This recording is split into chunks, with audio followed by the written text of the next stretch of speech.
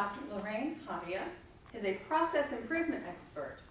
She helps businesses, both large and small, cut costs and improve the way they do things. Her business motto is improving business every day in a very funny way. But today she's going to address a serious issue, the poor state of the U.S. economy.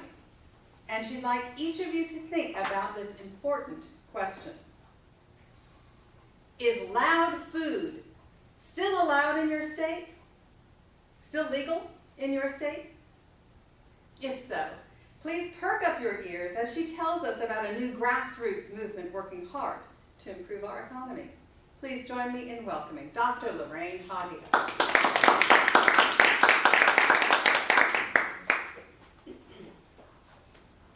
My husband and I recently traveled to California, and you all know what it's like when you're traveling. You eat in restaurants, go to tourist sites, and wait in lines. So one Saturday morning, we woke up and headed to the nearest coffee shop for breakfast. We walked in, and of course, there was a long line. I don't know about you, but until I've had my first coffee of the day, I have very little patience. And that's when it happened. First, I'd like to tell you that I don't have any pet peeves related to cafes or coffee shops. But if I did, someone ordered one of those screaming, loud lattes. Europeans invented this loud morning food. But we're Americans. We can overcome our addiction to lattes. I need to add a disclaimer here that not all inventors are stupid. Some are so smart that they figured out how to get astronauts to the moon and to build computers to hold centuries of knowledge. But they haven't quite figured out how to make a quiet coffee grinder or espresso machine. So people can gradually ease into their morning and their day. And this is why so many baby boomers have hearing aids. It's driving Medicare costs out of control. After breakfast, my husband and I decided to go to a museum. As we approached the entrance, we saw 7 school buses offloading teenagers. Dozens were already waiting in line for the museum to open at 11. As soon as we got in line, we quickly found ourselves surrounded by a mob of teens.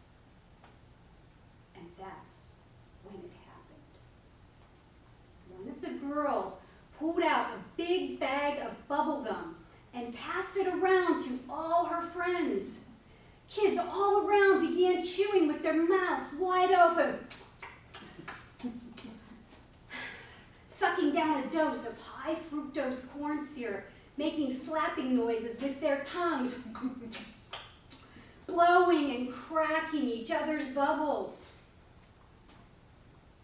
I would like to provide a disclaimer here that I don't have any pet peeves related to chewing gum manufacturers.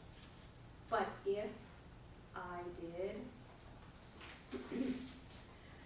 bubblegum damage and cleanup in museums and educational facilities has cost our government trillions of dollars. Yeah. In the evening, my husband and I had dinner at a Mexican restaurant. On the inside, it was an upscale and trendy bar with live music. But the music was a bit loud, so we decided to wait for an outdoor table with a view of the ocean, where we could hear seagulls and ocean waves. We waited for more than a half hour to wait to be seated.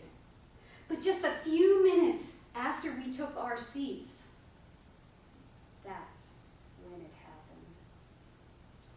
First, I'd like to tell you that I don't have any pet peeves related to restaurants. But if I did, as I leaned back in my chair, so happy to finally be seated so I can enjoy the peaceful sounds and scenery. I could hear people at the table just behind me biting into their corn chips as they, with their mouths, cracking them between their teeth, crunching away at them, with their mouths half open, half chewing, as they continued their conversation.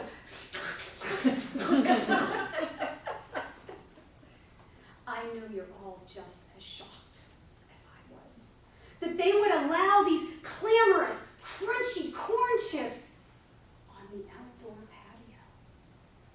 Crunchy corn chips are shutting down restaurants across the USA.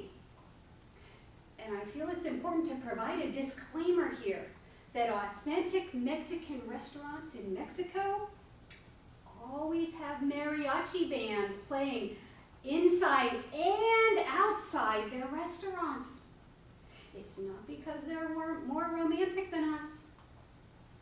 It's so people don't have to hear each other crunching away on their corn chips at every meal. After dinner, we decided to catch a movie. Of course, there was a long line of people waiting outside to buy tickets. It took us a while to get through that line, but finally we got inside and found some seats. We watched a few previews, and finally the movie began. But when we were only about 10 minutes into the movie, that's when it happened. I would like to provide a disclaimer here that I don't have any pet peeves related to movie theaters. But if I did, at this point, the movie had already arrived at a very tense and quiet moment.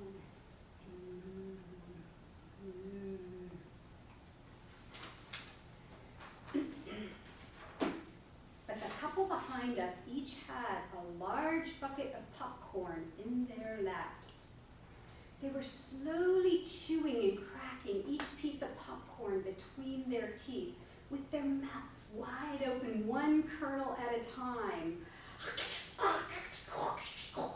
I could hear them crunch and chew on every kernel.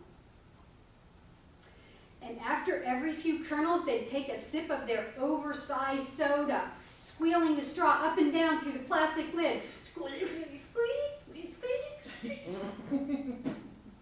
But that's not all. Their son had a large bag of M&Ms, and he was determined to inch the M&Ms up through the noisy bag, one M&M at a time.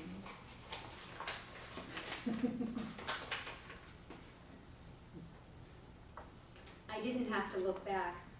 Any of you out there who are parents know that when you go through the parenting stage of life, you grow an extra set of eyeballs on the back of your head.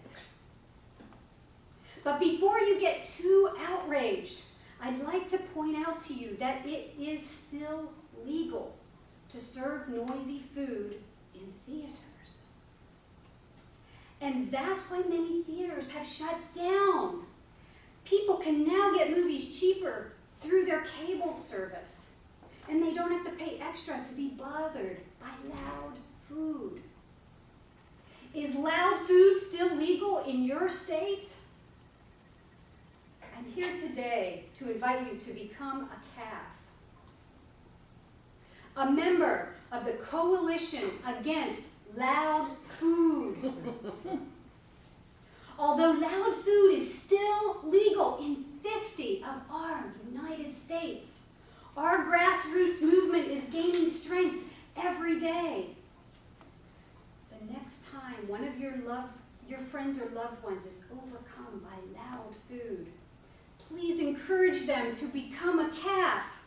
We're not going to stop until all Americans are CAFs.